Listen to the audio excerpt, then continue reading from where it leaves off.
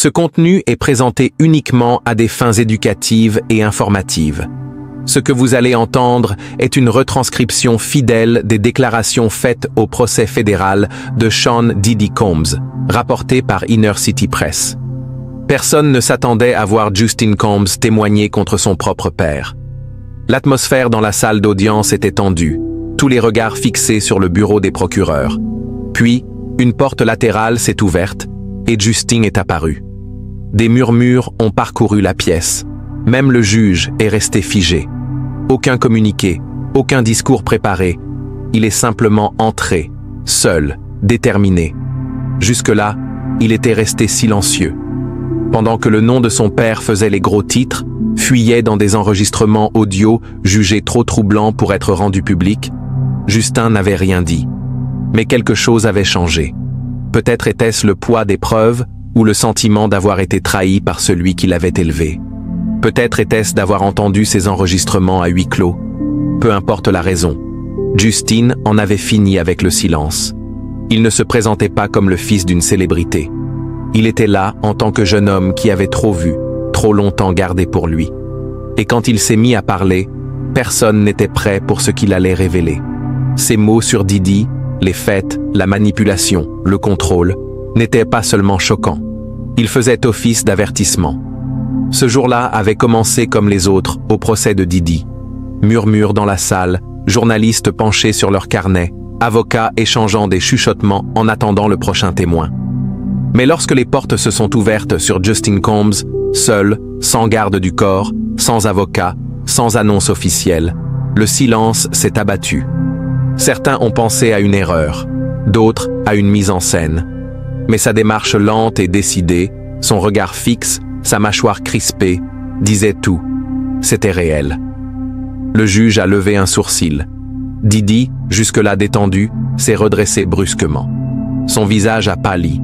Justin a traversé la salle sans regarder personne, pas même son père. « Je n'ai pas été convoqué aujourd'hui », a-t-il commencé. « C'est moi qui ai demandé à parler. » Le juge a accepté. Et à partir de cet instant, tout a changé. Car ce que Justin allait dire ne venait pas d'un article ou d'un post viral. C'était quelque chose qu'il portait depuis des années.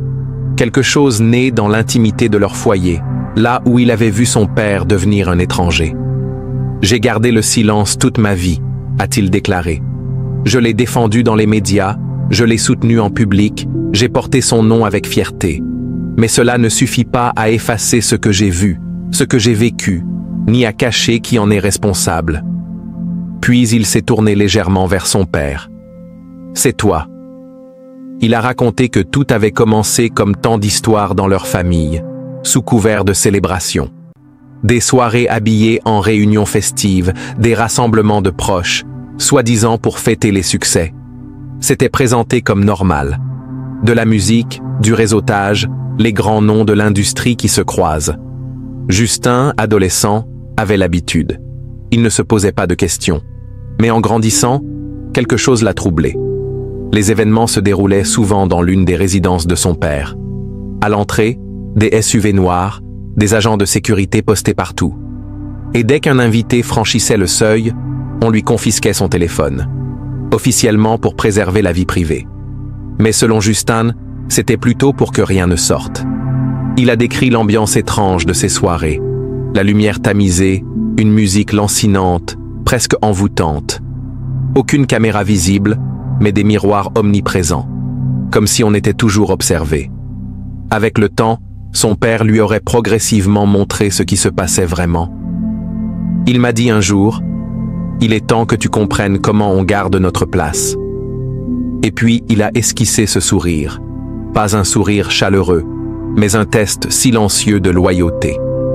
Justin raconte qu'à 21 ans, il a suivi son père dans une pièce à l'arrière, pensant qu'ils allaient parler affaires familiales. Ce qu'il a découvert l'a profondément bouleversé. Dans cette pièce, des gens s'adonnaient à des actes qu'il n'aurait jamais imaginés. Hommes, femmes, certains lui étaient familiers, connus de l'industrie musicale. Mais ce qui l'a frappé, c'est que plusieurs semblaient mal à l'aise, comme s'ils n'étaient pas là de leur plein gré. Et puis il y avait les autres, spectateurs, qui regardaient tout ça comme un spectacle. Quant à son père, Il orchestrait la scène, comme si c'était la chose la plus normale du monde. Justin a marqué une pause, visiblement ému. Je ne savais même pas comment sortir de cette pièce. Et c'était bien ça, le piège. Une fois que tu entres, tu fais partie du cercle. Même en tant que fils, cela ne changeait rien. Quelques jours après cet épisode, Justin a confronté son père, en privé. Il lui a avoué son malaise, son choc. Mais Didi s'est contenté de rire et de dire « C'est ça, le vrai monde. C'est comme ça qu'on garde tout le monde en ligne. » Puis, en posant un bras autour de lui, il a ajouté « Un jour, tout ça sera à toi. » Justin a avoué que la peur qu'il avait ressentie à cet instant était indescriptible. Il a compris qu'il n'était pas élevé comme un fils, mais façonné pour prendre la relève d'un empire sombre. C'est à ce moment qu'il a commencé à ouvrir les yeux. Il entendait son père au téléphone. Quand quelqu'un refusait une invitation, sa carrière semblait soudainement s'effondrer. Une collaboration annoncée s'évaporait, un article à scandale surgissait de nulle part. Il a vu ça arriver à des gens qu'il connaissait, qu'il admirait. Il a notamment parlé d'un incident en 2019. Un jeune artiste, récemment signé par le label de Didi. Selon Justin, ce garçon avait un talent brut, remarquable. Mais un soir, lors d'un de ces fameux événements, il a osé poser une question, et il a tenté de partir plus tôt. 3 jours plus tard, son contrat était rompu. Didi a expliqué à tout le monde qu'il était difficile à gérer. Justin, lui, a vu un rêve se briser devant ses yeux. Il a regardé la salle d'audience, la voix plus grave. Mon père n'a pas juste détruit des carrières, il a détruit des vies. Et c'est ça qui m'a amené ici aujourd'hui. Puis, il s'est penché vers le micro et a parlé plus doucement. Ce n'était pas seulement les fêtes, c'était tout un système. À partir de ce moment, il a commencé à tout documenter. Justin a expliqué que l'influence de son père dépassait largement la musique. Il avait des relations partout, dans la police, les médias, les entreprises. Si quelqu'un avait un problème à résoudre, il appelait mon père. Et si mon père devait étouffer quelque chose, il savait exactement qui joindre. Il a témoigné d'un soir de 2020 où il avait entendu une conversation de son père. Quelqu'un paniquait à propos d'un incident dans un hôtel. Une fille avait été blessée. Justin a entendu son père dire « C'est déjà réglé ». Les images ont disparu. Le personnel ne dira rien. Assurez-vous qu'elle ait son chèque et l'accord de confidentialité demain matin. Choqué, Justin l'a de nouveau confronté. Je lui ai demandé ce qui était arrivé à cette fille. Il m'a simplement répondu « Rien qu'on n'ait pas payé ». C'est là qu'il a compris. Ce n'était pas juste des soirées secrètes. Des gens étaient réellement blessés. Il a décrit comment son père gardait le contrôle, par la peur, les faveurs et l'argent. Faire partie de son cercle, c'était avoir accès à tout, les opportunités, les contacts, la protection. Mais dès que quelqu'un sortait des rangs, tout disparaissait. Parfois même la personne aussi. Justin a alors commencé à s'éloigner. Il trouvait des excuses pour éviter les événements. Il ne ramenait plus ses amis. Il essayait de construire quelque chose de distinct. Mais même en tant que fils de Didi, l'évasion semblait impossible.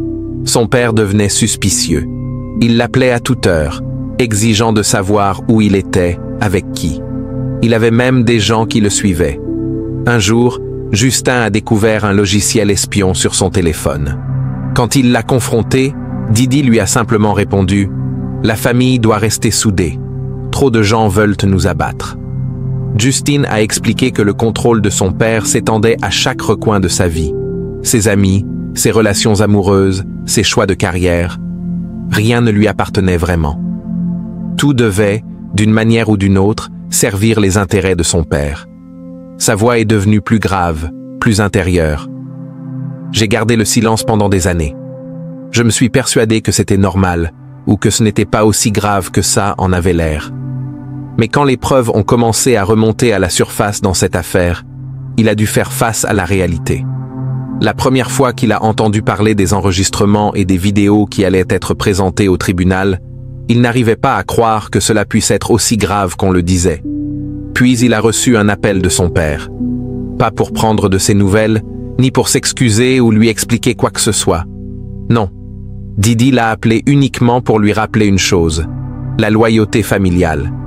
Qu'en cas d'attaque, on serre les rangs. Justine a décrit ce moment comme un effondrement intérieur. Ce coup de fil n'avait rien à voir avec l'amour. C'était un outil de contrôle. C'est à ce moment-là que tout a pris sens.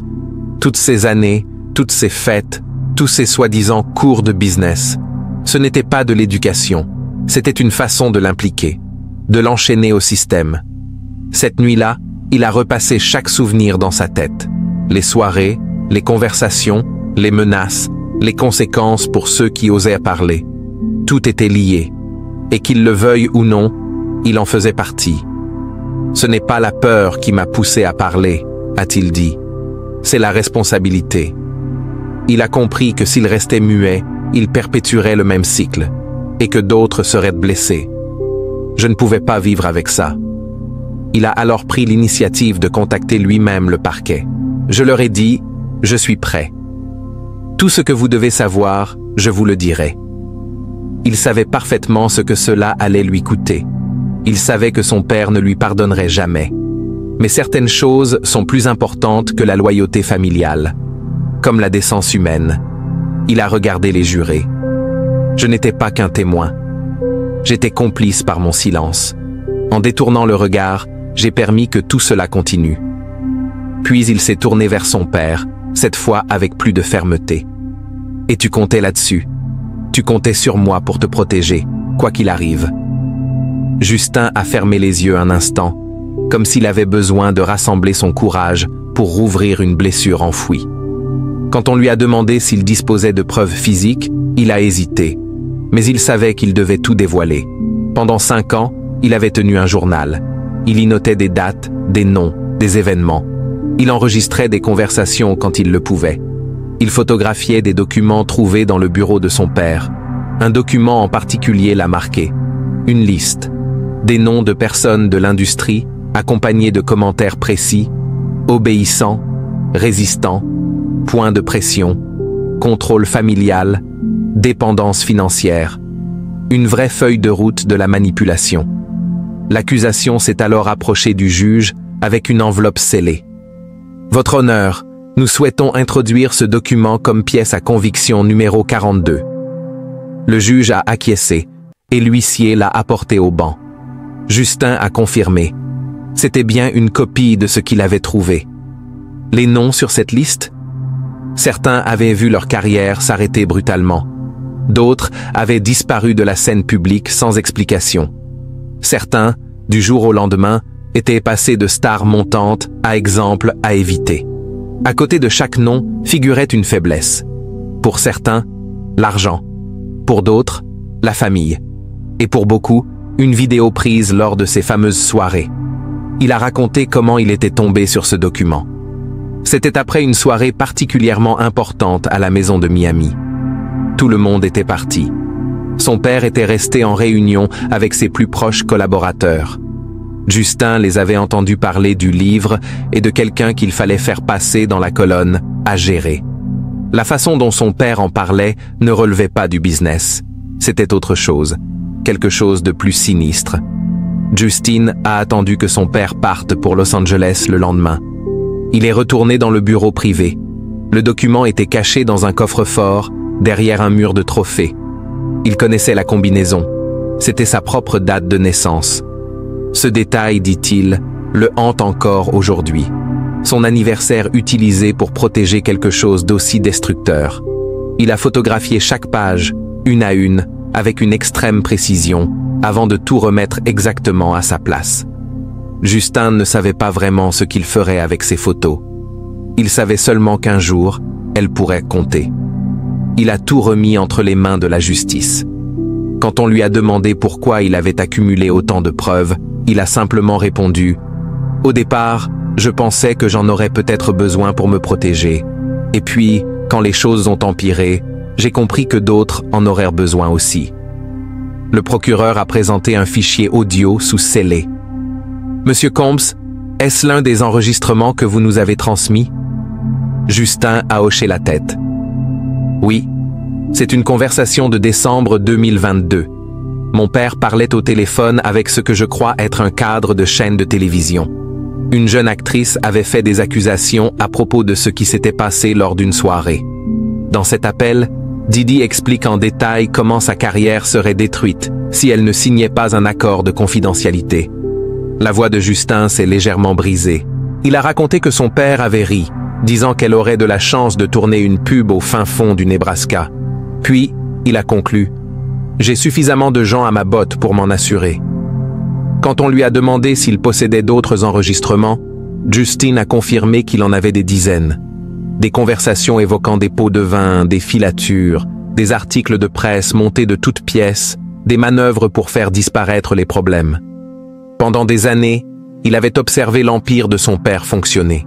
Ce n'était pas seulement une question de musique ou de célébrité. C'était une question de pouvoir, celui de créer ou de briser des carrières à volonté. Les fêtes, les faveurs, les relations, tout cela servait à piéger les gens. Quand vous acceptiez quelque chose de mon père, il vous possédait en partie. Le procureur a alors sorti un autre document. Pouvez-vous dire à la cour ce que contient cette chaîne de mails? Justin a confirmé. C'était une correspondance entre son père, des dirigeants de maisons de disques et des responsables de radio. Ils y discutaient d'un artiste qui avait refusé de participer à un événement privé. Les échanges montraient comment ils allaient s'arranger pour que son nouveau titre ne passe jamais à la radio, comment faire annuler sa tournée et comment faire publier des articles négatifs dans des médias bien ciblés. En regardant son père, Justin a précisé « 3 mois après ses emails, la carrière de cet artiste était terminée. Il a dû retourner vivre dans sa ville natale. La dernière fois que j'ai eu des nouvelles, il vendait des voitures. » Peu à peu, Justin a commencé à remarquer des schémas récurrents. Ce n'était pas juste quelques carrières écrasées, c'était systématique. Toute personne qui osait désobéir ou parler n'était pas seulement punie, elle était effacée. Il a témoigné que son père avait des connexions bien au-delà de l'industrie musicale. Des policiers qui pouvaient faire disparaître des accusations, des médecins capables de fournir n'importe quelle ordonnance, du personnel d'hôtel qui savait quand couper certaines caméras de sécurité. Pour la première fois, sa voix a tremblé. Il a baissé les yeux, repris son souffle, puis poursuivi. Le plus dur, ce n'était pas de rassembler les preuves. C'était d'accepter ce qu'elles signifiaient. Que mon père, l'homme qui m'a élevé, que j'aimais, que j'admirais, faisait sciemment du mal, et qu'il attendait de moi que je fasse pareil. Il s'est souvenu d'un échange marquant, le jour de ses 25 ans. Son père l'avait pris à part, lui disant qu'il était fier de lui et qu'il serait bientôt prêt à reprendre les rênes. Puis il lui avait montré une nouvelle section de cette fameuse liste, des personnes de son âge, des amis, des collègues, même une ex-petite amie. Didi avait des informations compromettantes sur chacun d'eux. Il appelait ça « ton héritage ». Les mains de Justin tremblaient légèrement. Cette nuit-là, j'ai compris que j'avais un choix. Je pouvais devenir comme lui, ou je pouvais tout arrêter, mais je ne pouvais pas faire les deux. Quand on lui a demandé ce qui avait été le déclencheur, Justin a parlé d'un message vocal qu'il avait conservé. Il venait d'une amie proche de la famille. Elle avait assisté à l'une des soirées. Elle paraissait paniquée. Elle disait s'être réveillée dans un endroit inconnu. Elle ne se souvenait de rien, sauf qu'elle avait mal. Elle n'avait pas osé appeler la police. Elle avait appelé lui. « Et que lui est-il arrivé ?» demanda le procureur. « Elle a disparu pendant 2 semaines. À son retour, elle avait une voiture neuve, un appartement neuf. Et elle n'a plus jamais parlé de cette nuit. Elle a arrêté la musique. Elle a coupé les ponts avec le milieu.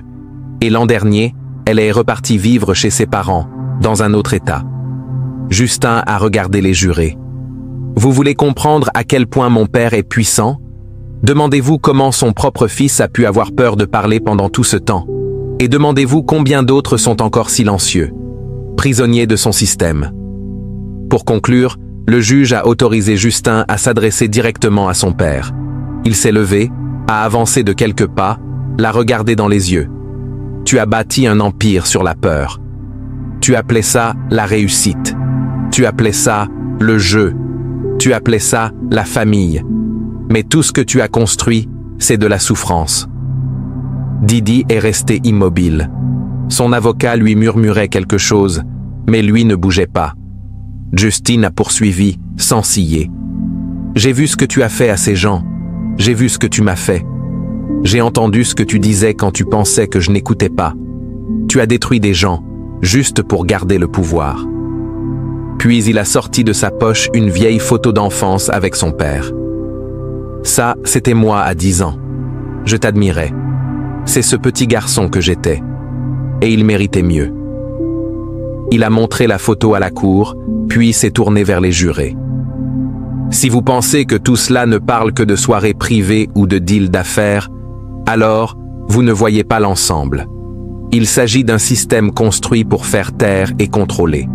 Et si on ne l'arrête pas maintenant, il continuera. » Puis il a regardé son père une dernière fois.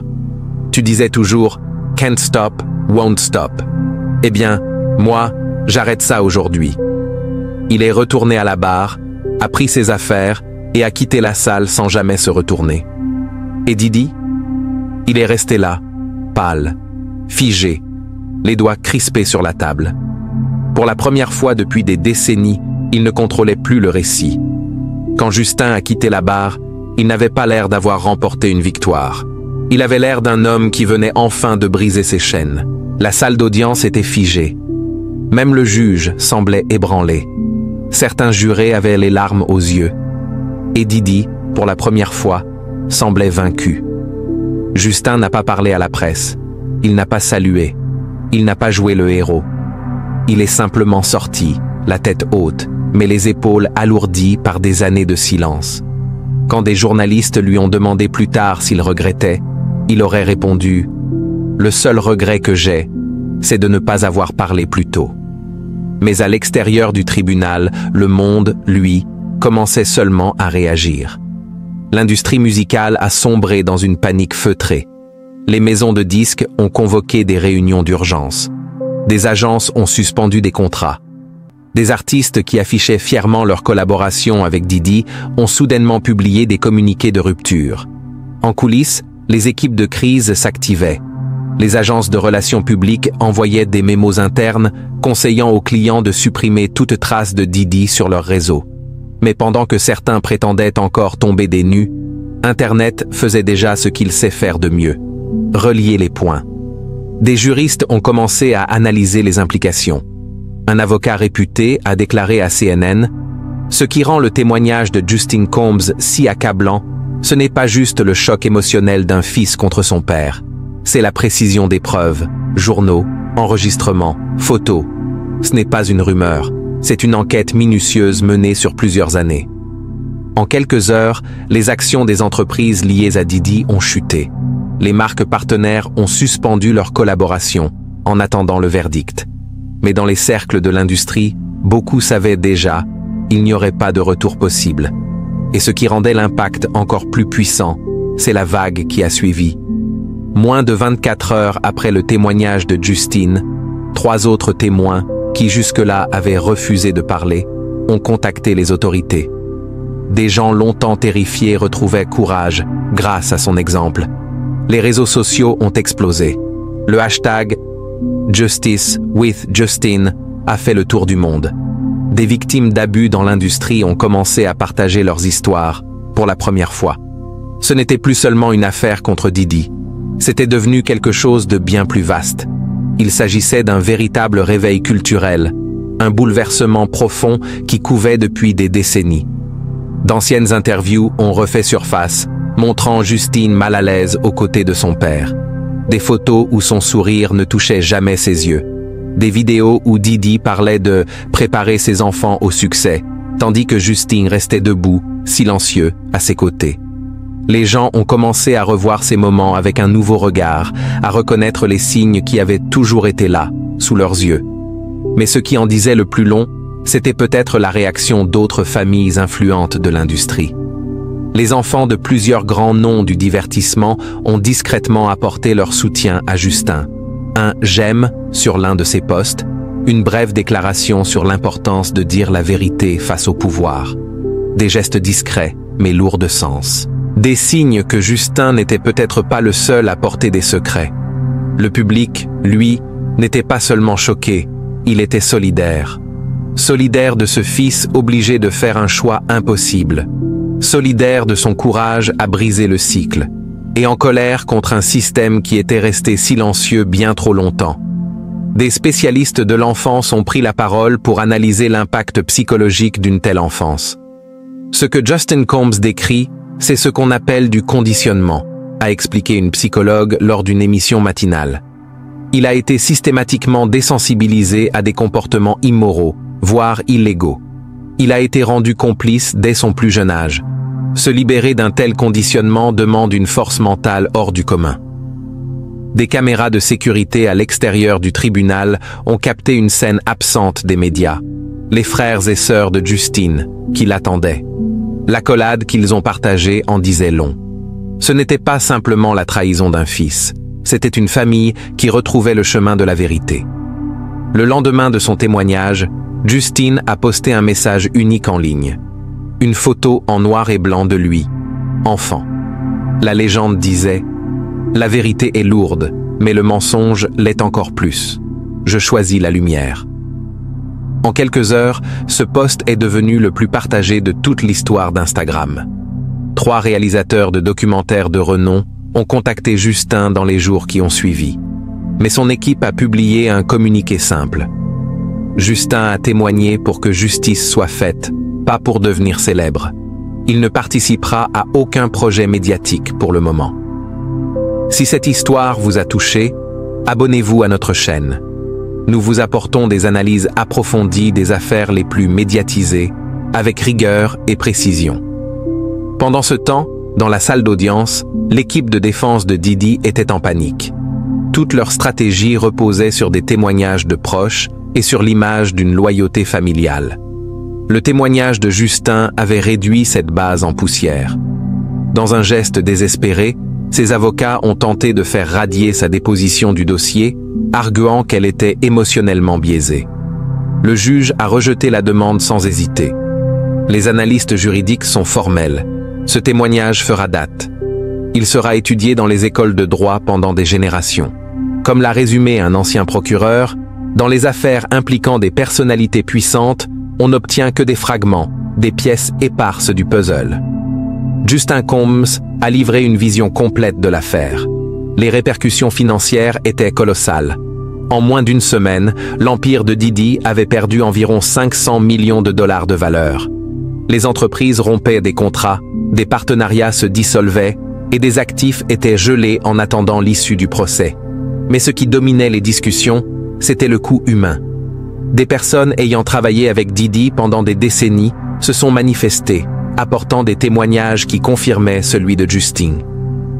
Une ancienne assistante a raconté avoir vu des gens passer de confiants à brisés après des réunions privées. Un chauffeur se souvenait d'avoir récupéré des jeunes dans des hôtels, incapables de se rappeler comment ils y étaient arrivés. Peut-être le moment le plus fort est-il survenu une semaine après le témoignage de Justine, lorsque la partie adverse a appelé un témoin surprise. L'ami que Justine avait mentionné, disparu après lui avoir demandé de l'aide. Son témoignage, rendu derrière un écran pour préserver son anonymat, a confirmé tous les propos de Justin et ajouté des détails dévastateurs. Le témoignage de Justin n'était pas seulement personnel, il avait fissuré la façade. La vérité s'est alors déversée de toutes parts dans une industrie qui avait gardé ses secrets bien trop longtemps. Les répercussions allaient bien au-delà du monde du spectacle. Des politiques ayant accepté des dons des diverses fondations de Diddy ont rapidement annoncé qu'ils allaient rediriger ces fonds vers des groupes de défense des victimes. Des universités portant son nom ont convoqué des conseils d'administration en urgence pour envisager de renommer leurs bâtiments. Des professionnels de la santé mentale ont signalé une hausse significative des appels de personnes du secteur du divertissement en quête de soutien. Ce que nous observons, c'est une réaction collective à un traumatisme, a expliqué un thérapeute spécialisé dans les clients de l'industrie du spectacle. Des gens qui ont porté ces expériences seuls pendant des années réalisent soudain qu'ils ne sont pas des cas isolés, mais qu'ils font partie d'un schéma. Justine lui-même est resté largement hors de la vue du public dans les semaines qui ont suivi son témoignage. Des sources proches de lui ont rapporté qu'il suivait une thérapie, renouait avec des membres de sa famille et se concentrait sur sa guérison. Il ne l'a pas fait pour attirer l'attention, a confié un ami à un journaliste. Il l'a fait parce que c'était la bonne chose à faire. Les experts juridiques ont prédit que le procès ne parviendrait probablement jamais à un verdict. Les preuves devenaient si accablantes qu'un accord à l'amiable semblait inévitable. Mais d'une certaine manière, le tribunal de l'opinion publique avait déjà rendu son jugement. À la clôture de l'audience ce jour-là, le juge a fait une déclaration qui a surpris même les médias. Ce que nous avons entendu aujourd'hui n'était pas simplement un témoignage, c'était un acte de courage. Ce tribunal reconnaît la force qu'il a fallu pour le prononcer.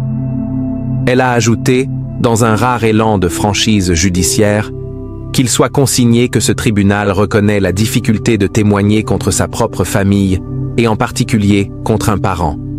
La volonté de M. Combs de se présenter malgré le coût personnel illustre le but le plus élevé de notre système de justice, que la vérité doit triompher, peu importe la puissance de ceux qui tenteraient de la dissimuler. La dernière image de cette journée n'était pas celle de Didi. Ce n'était même pas l'image de Justine, mais celle des portes du tribunal, se fermant sur une époque de silence qui venait enfin de prendre fin de manière irréversible. Derrière ces portes, une industrie commençait le long et douloureux processus de confrontation avec ses secrets les plus sombres. Comme l'a écrit un critique culturel dans un essai largement partagé, Justin Combs n'a pas seulement témoigné contre son père, il a témoigné contre un système qui privilégie le pouvoir au détriment des personnes, le profit plutôt que la protection, et le silence au lieu de la vérité. Ce faisant, il a peut-être sauvé d'innombrables vies dont nous ne saurons jamais rien, des personnes qui n'auront plus jamais à vivre ce que ceux qui les ont précédés ont enduré. Il n'existe aucune mesure pour ce type de courage.